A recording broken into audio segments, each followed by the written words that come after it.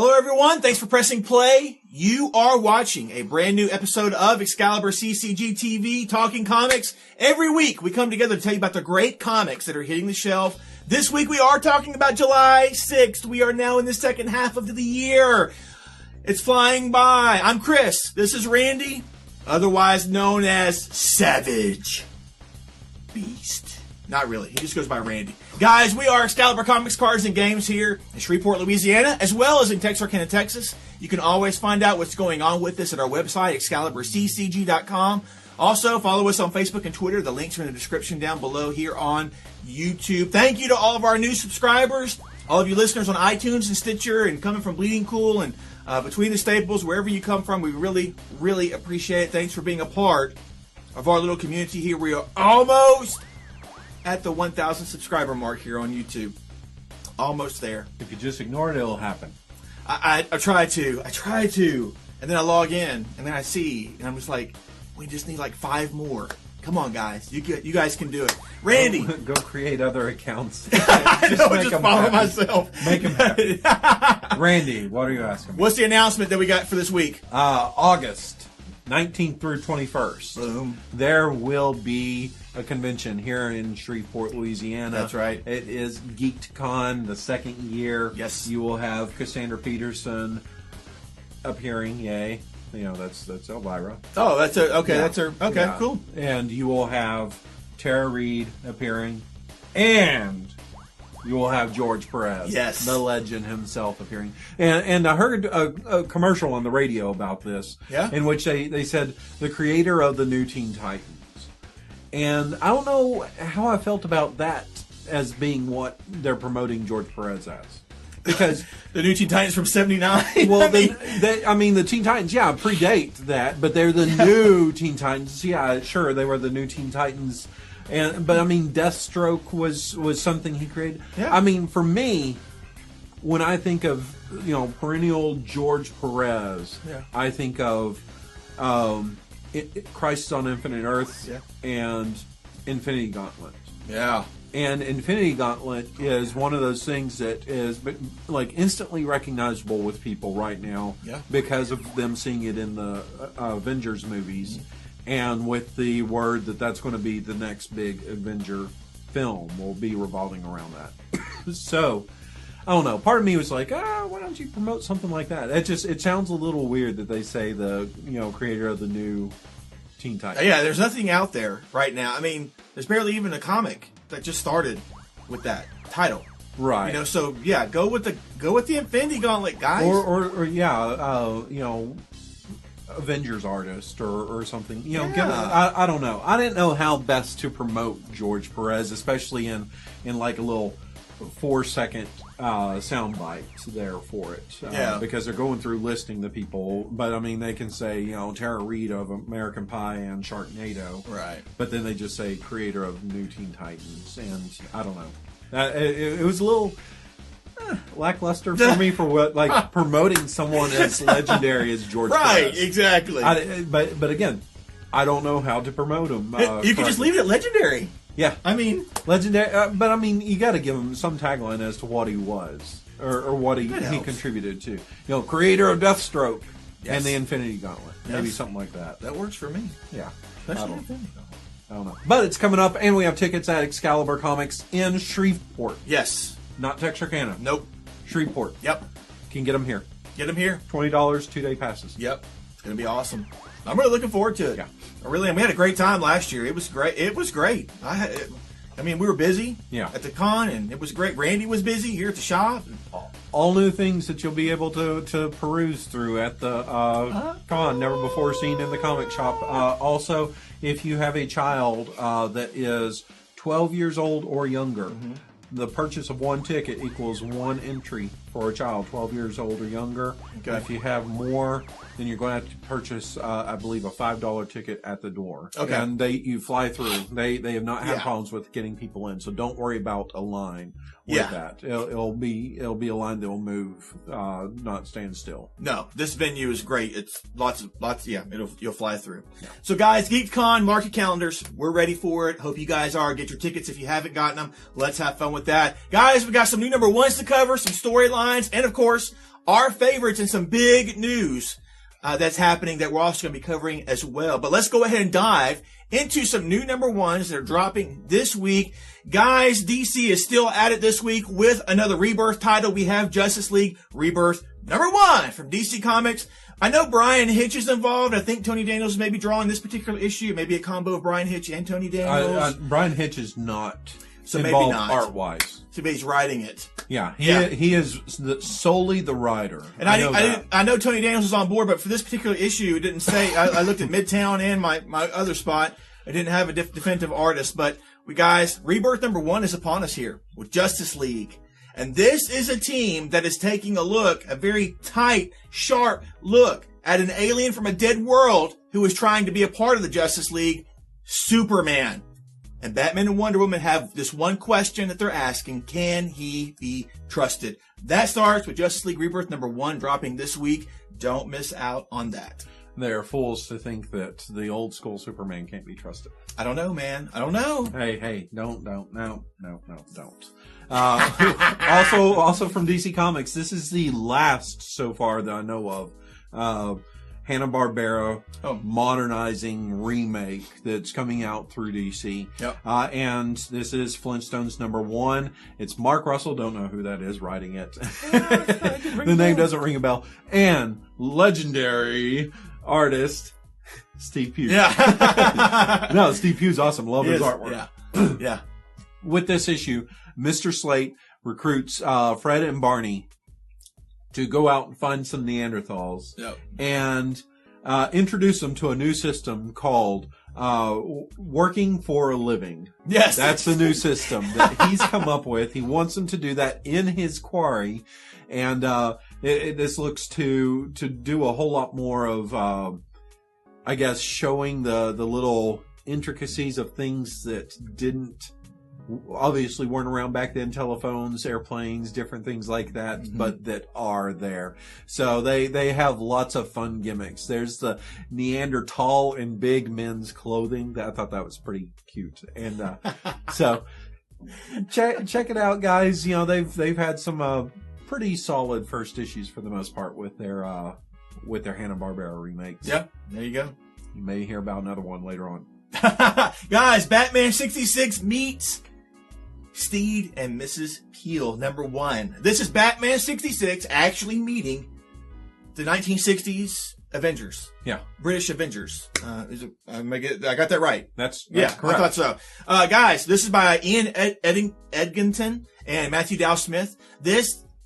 Here we go. Team up with these particular characters. We get to see Bruce Wayne as he is actually out and about, entertaining and fraternizing with a person that's the head of an electronics agency, but then comes into contact with Catwoman.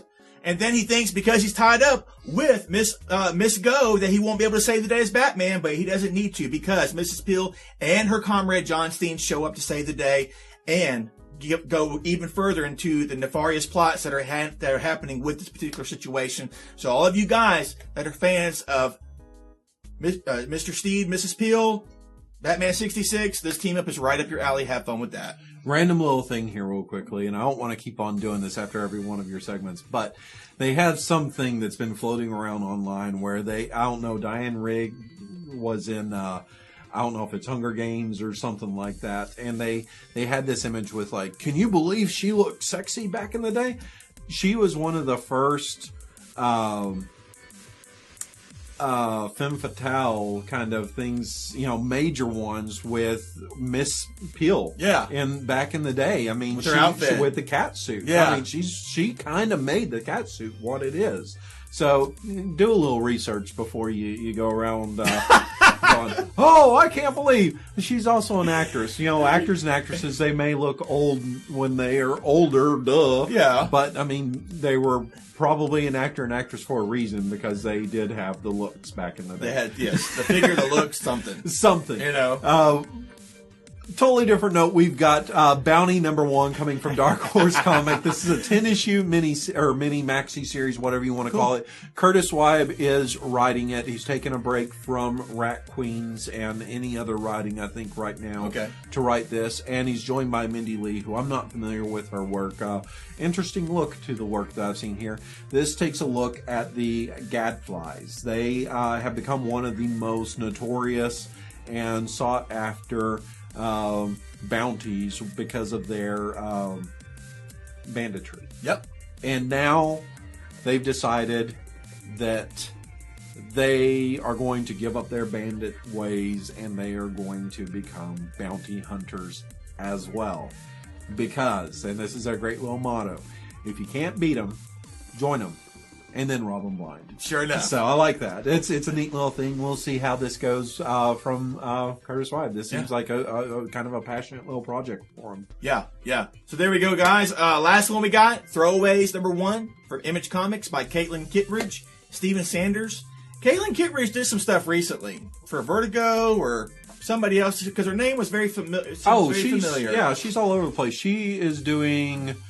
It's not Clean Room. It's one of the Survivors Club, or it's one of those books that's there. I knew I saw her on a Vertigo book. Yeah, she's on a Vertigo book. But guys, this is the creator-owned series here from Image Comics, taking a look at what it means to be a throwaway, a disposable asset used for a single mission, a disavowed assassin meant to die alongside their target. This takes a look at Abby Palmer and Dean Logan that are two broken people. Abby is a veteran with severe PTSD, and Dean is a burnout trying to escape the shadow of his infamous father. But what both of them don't know is that they are both modern-day MK Ultra experiments. And they find out. And this takes a look at that story from that point forward. We can take a look at their lives and how they're going to deal with this.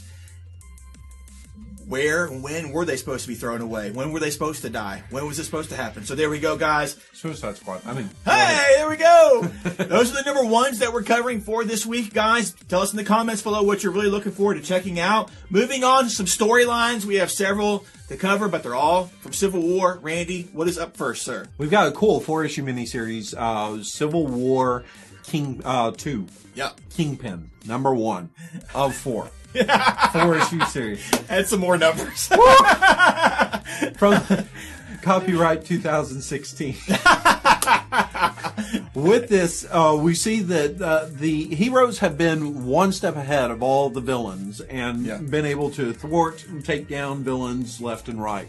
However, there's one villain that has been able to remain one step ahead and is actually profiting quite well from that, and that is the Kingpin. Yes. So, is there something that they can do to catch up to him or stop him before he does something? And also, what exactly is his secret that he's using? Yeah, and who this Matthew Rosenberg that's writing this is the same guy from Black Mask. We Can Never Go Home. Oh, okay. So I thought that was really cool.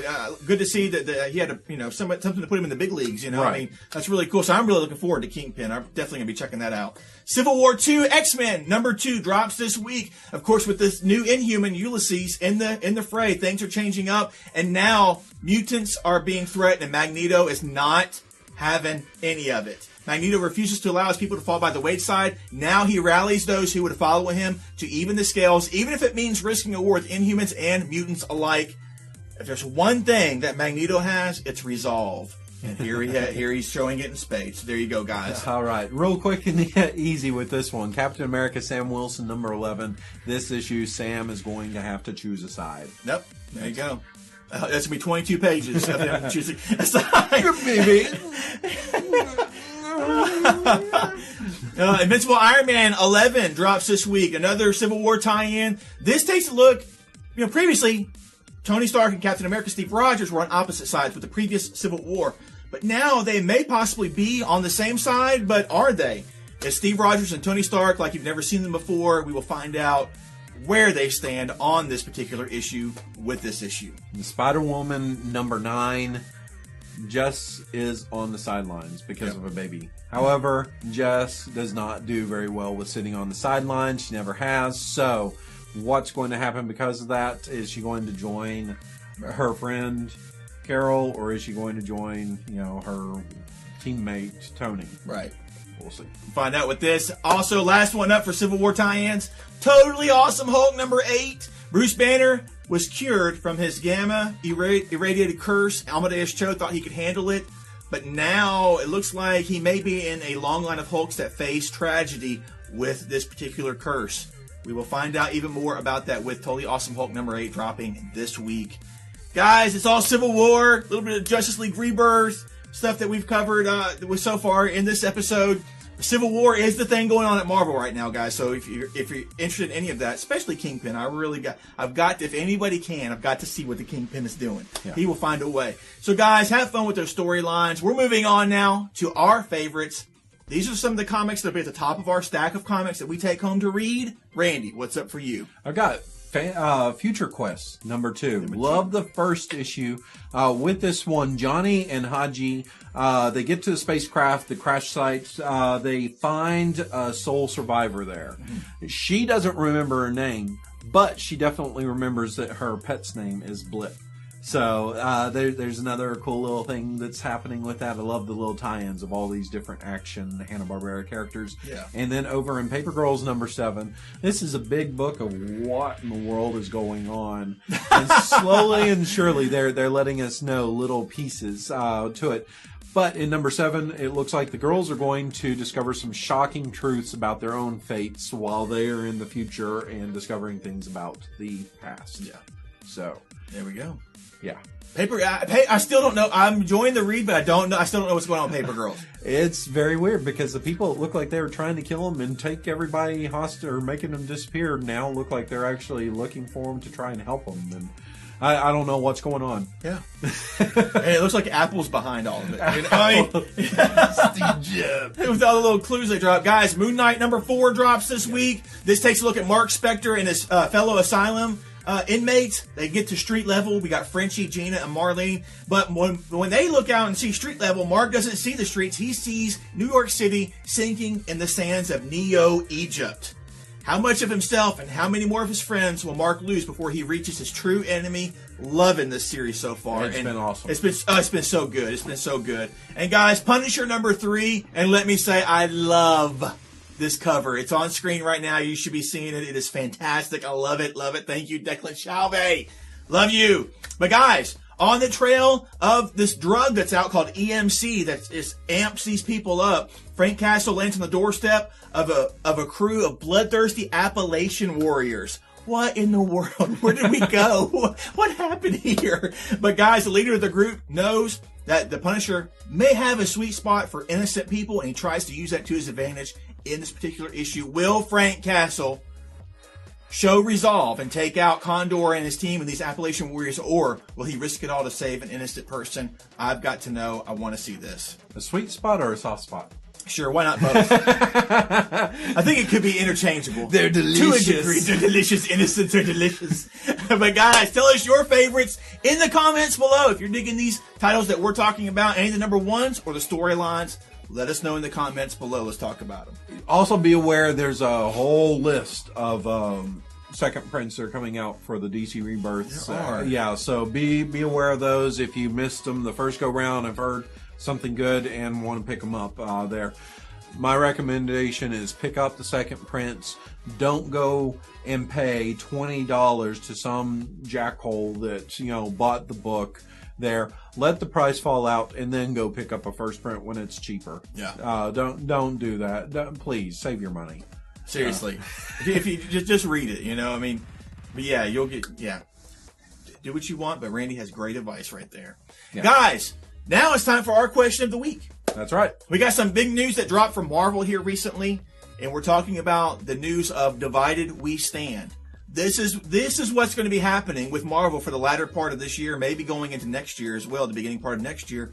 And we've got a ton of different people and characters that are going to be the focus of a lot of storylines, a lot of teams, maybe some solo issues that some of these characters will have and stuff. But guys, our question is simply this. What are your thoughts on Divided We Stand? Now on the screen, I'm going to put up an image here where you'll get to see who we're talking about here. The first one up, let's talk about, I'm going to name these rosters real quick. Okay. So on this roster that you're seeing in front of you right now, going from left to right, we have Solo, Is that Solo? That's Solo. And that is Full Killer. Is that? That Full looks Killer. like Zemo to me.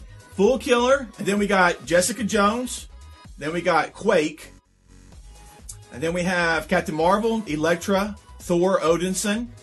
And then we have the big green foot you see in the background is either Fin Fang Foom or possibly American Kaiju. I think so. And then we have Vincent Cassell. I mean, Dr. Doom. Who? The actor Vincent Cassell, because that's who he's drawing it to look like. I don't know who Vincent Cassell is. He was in the Ocean's 11 movies. He was what? Ocean's 11 movies. I didn't see those. Oh, Lord have mercy. Moving on. Slapstick. You see in the background there. Then we have Steve Rogers, Captain America, Black Panther, Gamora, and Cable on the Doctor Doom side of things. Then moving over to the other side, going from left to right again, we have Gwenpool, we have Mosaic, Miss America Chavez, we have Squirrel Girl, we have the all-new Wasp, we have Prowler, we have Moon Girl, we have Riri Williams from the current Invincible Iron Man storyline, who may be possibly the next War Machine. Riri. Riri? I think they were calling her American Patriot. Really? I think so. Because she was announced as being in the new in the new Avengers or US Avengers, whatever it's being called, that's coming out. But yeah. Okay, cool. And then we have the Hulk, probably the Amadeus Cho version that we're seeing here. Amadeus Cho, thank you. Spider-Man, Miles Morales, Ms. Marvel, and Doctor Strange. On that side. Did you mention Hawkeye, Katie Bishop? Did I gloss over her? Hawkeye, Katie Bishop as well. So these are the two divided we stand teams, it looks like. Not necessarily that they're going to be a team, but it looks like that we're going to have more storylines and team-ups and things focusing on these characters. For the next year, these are supposed to be some of the main focal points throughout the comics. And some of these make sense. You know, Miss America and Gamora have had teasers with ongoing series that have not shown up, but now we have them in these pictures, so maybe we're going to see something like that. So kind of our thoughts, we're asking for your thoughts on it. Part of it is, what do you think about the people that are obviously absent from this? Tony Stark is not there. You don't have Sam Wilson, Captain America there. You don't have the Jane Foster Thor there. There are no X-Men. Well, there's Cable. Oh, come on. He's just one man. There's Cable. There is an X-Man. Yeah, he's more an Avenger now, isn't he? Because he's on that team. Well, yeah, sure. But he's still a mutant. But yeah, so you don't have any of those other people. And yeah, her costume looks a little different because I think it's more red, white, and blued up there in that. Here's my thing. I'm excited about maybe 50% of this, because I like, there's probably about 50% of these characters I like. Some of them I don't know. Some of them I don't care about. Some of those I don't care about. I'm sorry. Joke characters shouldn't be taken seriously. Give them a little series of their own. Let them be funny over here, much like Howard the Duck. But don't put them into something mainstream. Don't do that. And Squirrel Girl was never meant to be mainstream character. The best use of her character within mainstream was Bendis using her as the babysitter. Gwenpool, come on, people. She's got her own series. I know, but she's a regular human girl in a world that doesn't have any actual superpowered beings, and so now we're going to be pulling her into this. And then Slapstick was never meant to be anything more than a one-trick pony, and you're pulling these characters in.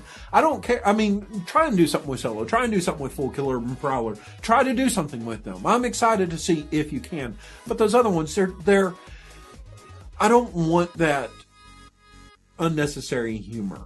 Okay, so you've said what you don't want. Who are you looking forward to the most of them having a spotlight on them or being more prominent? Well, Miss America, obviously, I'm really excited. I really like, even though they've given us this Hank Pym being married before Wasp, that I don't know where that came from. Right. But the new Wasp is an interesting character, and I want to see more. You know, I do like Gamora's character. It's interesting to see that Thor is back in prominence with something, and it not being Jane Foster. And then they've kind of scrounged up Jessica Jones again there, and she looks more like her Alias days than she does with Luke Cage. But that begs the question: where's Luke? I don't see Luke in that. But my main thing with all of this is that I wish Marvel would take their time with characters rather than trying to fit the square peg in the round hole. Especially when it comes to diverse characters. Okay. Because they really took their time introducing, like, Miles Morales. Okay. And his story developed out slowly, and it made sense, and it had this great flow to it. And Miss America, even though she got all this press, her character was not forced into the Avengers right off. You had time to develop this character, and people had time to see who this character was and fall in love with him. Riri, what's her name, is just coming out of nowhere, and they're kind of forcing her upon you suddenly, and it's like, well, why could you not develop this character first and into something to give us eventually? It's much my problem with, like, they just threw the costume on Sam Wilson, where he wasn't around in the books. He when he finally started appearing back in the Captain America books, he was screwing around with Jet Black, the little girl that was modified to be older, and that would just creep me out beyond no means. But I mean, they didn't give you. But see, they didn't even give Bucky any real purpose for being in the costume. They had a great lead up, but then when he was in there, they did nothing with him really.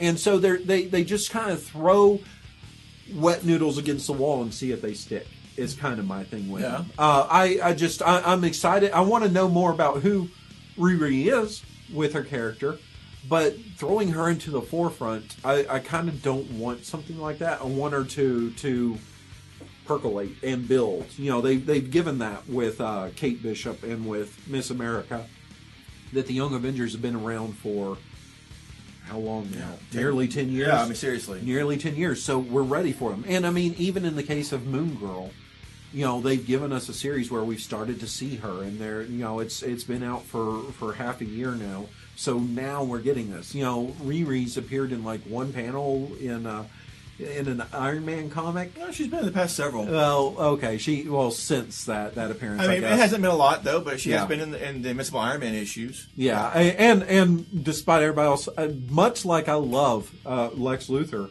playing the hero, I'm intrigued by Doctor Doom. Yes. Within this realm. I don't know what's going on there. But I'm talking a lot. Tell me about your thoughts. Well, I mean, honestly, at first glance, it is a diverse group of people. Yeah. So we got all kinds of things being covered here, the gamut. I will never know or understand whatever it is the fascination is with Miss America Chavez. I don't know of anything that she's done. I don't know of anything important that she's done or been a part of besides being a part of the Young Avengers. I don't know whose life I don't know what the fascination is, but that's just me. Did you ever Other read people Vengeance? like her. I did get Vengeance. I couldn't finish reading that series. Oh, I love that series. It was Joe Casey and Nick Dragata, and it was nice. I loved the artwork and stuff, but I could not get. It was like Casey trying to do his Grant Morrison something or another. It was hard to read. Okay. It was hard to read. It was pretty straightforward to me, but sometimes Grant Morrison is straightforward to some people and not other people. See? So I understand that. I love her. So that's fine. People like her. I just don't understand the fascination, but that's just me. I do wish they'd give her a better costume. That would be nice. I'm really looking forward to see what they do with Doctor Doom, because he is one of my favorite villains. I'm on the other side. We've just got introduced to Mosaic. He just got introduced this past week. He's supposed to be a big focal point later on this year, like his own series or something like that. But I gotta be honest with you guys, I'm just like, I don't know. There's just this is like an era of comics right now. Parts of it really excite me, and the parts of it just don't. I don't see heroism. I don't see self-sacrifice. I don't see it's just all this petty stuff. It's just like all this stuff, all this selfishness. It's like what I see in a lot of stuff. So there's parts of it that I'm really excited about, and there's parts of it that I'm just like, I could care less. But that's just me. But some of these characters, I'm glad to see Thor back, Thor Odinson. I do want to see him doing something. Doctor Doom. I like Black Panther. I never got into Gamora. Over here, all new Wasp. Okay, I mean she's for me. She worked best on the fringes, just like Squirrel Girl did for as a babysitter. Gwenpool, I'm not into that character. Miles Morales, I'm digging him. I was kind of digging Amadeus Cho. Yeah, I like the Prowler. I think there's a lot that can be done with the Prowler. He's been doing a lot of stuff in Spider-Man right now. Okay. He's like the Spider-Man stand-in when Peter Parker has to show up at places. Oh, okay. And other things as well. But I've been digging that. But I don't know. This lineup looks like post Civil War II to me. It's a really weird lineup to have Doctor Strange over with all the youngsters. Yeah, exactly. I thought that's that too. a weird thing. Is he babysitting? Yeah, I don't know. I don't know what that is. Because your most experienced ones would be the Prowler and Doctor Strange. I mean, they've been around for a while. You know. My thing with Marvel right now. Here's the thing, guys. I think it's important not to just say, well, don't get this, because there's been a lot of displeasure interested or expressed in seeing this online, and my thing is, don't just say I'm not going to get this. Give something, give this or that a try with it. Something's going to maybe pique your interest, maybe something's not with it. Don't just block it all out there. Marvel, I think the thing they have to do is they have to get to where DC is right now, where DC sat down with America and with the world and said, we've gotten away from who our characters are. And we need to start listening to the fans and giving the fans the characters they love and know, and stories that they can that are timeless stories. And so I think that's one of the things that when I see people who walked in the shop, they walk in from all walks of life, excited to pick up the DC books right now, and they're not caring about necessarily. I mean, there is a small percentage, but they're not caring about necessarily that the character looks this way, is this way, kind of thing. And Marvel, I think, has a much more diverse cast than DC does. I agree.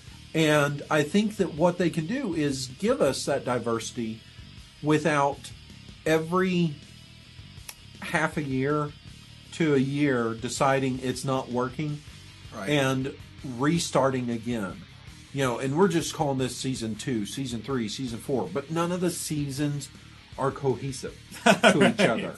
You start getting gaps in between seasons. And the other big thing that they need to just stop is the big events. The big events are overwhelming to people. New people that come in and start picking up comics whenever the number ones hit, see a big event and they get excited, and then you see their heartbreak whenever the big event doesn't have a payoff, or the big event just is overwhelming, and a lot quit comics. A lot just can't keep going with it, or a lot turn to Image. DC does a much better job of, like, you give us a big event once a year to once every 2 or 3 years. Throughout the New 52, Forever Evil was the only really big crossover event. Now, they stopped all the comics to do Convergence, true, but you didn't have to pick that up, necessarily there. Forever Evil was really the only big thing that they had. I mean, I know you had stuff going between 2 or 3 books, but that's not what I'm talking about. I'm talking about across everything. Exactly. So I think Marvel, they're long ago has jumped the shark, and I love a lot of these characters, guys. I love a lot of these characters. Like I said, I'm probably about 50%. I'm looking at 1, 2, 3, 4, 5, 6, 7. That's just on one side. 8, 9, 10. We'll see, 11, 12, 13 characters that I'm looking at here amongst all those. And I'm excited to see them really play out something with these characters. Yeah. So I want to see them treat this better. Stop making it a political soapbox. Stop trying to make these funny, jokey. A lot of you writers are not as funny as you think you are. I'm just going to say that. You're not as funny as you think you are. And sadly, I love Al Ewing's work. Right. He is one of the better writers, I think, at Marvel right now. I don't want to see a satirical Avengers with the U.S. Avengers or whatever they're calling it, New Avengers, U.S. Avengers that they're going to be doing. I don't want to see that. It's not funny to me. It's not something I want to read.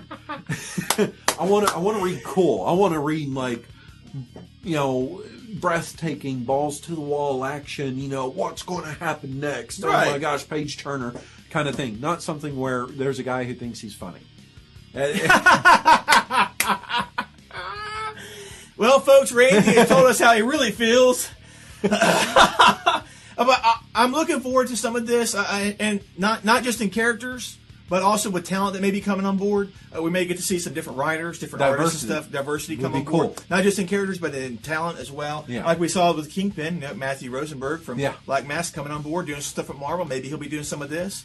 And there are some definite pluses to this for me, but like I stand by my remark earlier, I'm ready for some heroism. I'm ready to feel like I'm reading about superheroes, Yeah. and not superpowered beings that are selfish or jerks. Or Right. I can go to Image Comics or It's any more other about thing. their lives than it is about their heroic acts. Yes, that, heroism. I'm just an old fogey in that regard, I guess. Yeah. So but that's just me, guys. So, guys, tell us in the comments below your thoughts on this direction, divided we stand, that Marvel will be heading into post-Civil War, the rest of the year, maybe beginning of next year as well, with these characters that they're going to be focusing on, new storylines focusing around these folks. Tell us what you think about all that in the comments below. Let's have a discussion. And tell us what you're looking forward to, what you dislike, what's right up your alley, what's not. Let's talk about it. But yeah, please give it a chance. Is the thing. That's one of the things. Hopefully Marvel will see something that there's a ship that needs to be righted with some things, because they're doing some right, but they're doing some wrong. They've been doing some wrong for a while now, and I'm not talking about replacing white characters with it. That's not what I'm talking about. I'm just talking about the books are losing people. They're losing interest. That's the wrong right there. But they're doing a lot of right, because you have some books that people have really endeared themselves to, some of the characters, and that's good. That's a great thing. Yeah. So don't give up completely. Give it a try. See because what if what Chris is saying happens? What if they really knock it out of the park, because they bring in this new set of people with new ideas, hopefully, that aren't shoehorning characters into things that aren't stories that aren't them. Right. But have an understanding of the character. Yeah. When Matt Fraction's Iron Man, yes, he understood that character. Yes. Ed Brubaker and Fraction's Iron Fist, they understood that character. Bendis, his love of Power Man was awesome. Yeah. Brubaker's Captain America and his Winter Soldier. Lemire right now is one of Marvel's saving graces. His understanding of Moon Knight, of Logan, they make those books superb. I'm really sad that G. Willow Wilson hasn't been writing the latest story arc of A-Force, because her love of the characters shows through with it, and when she's not there, you feel like it's missing a little heart. Right. But there are some people that really understand the characters, and I'm going to who's the guy writing Black Panther right now? Ta-Nehisi Coates. Yeah, everybody's been loving what he's been doing with Black Panther right now. So my hats off to him, because he came in never having written a comic before, and he's given people something that they enjoy. Yeah. So some people have it. Some, indie may be better for them.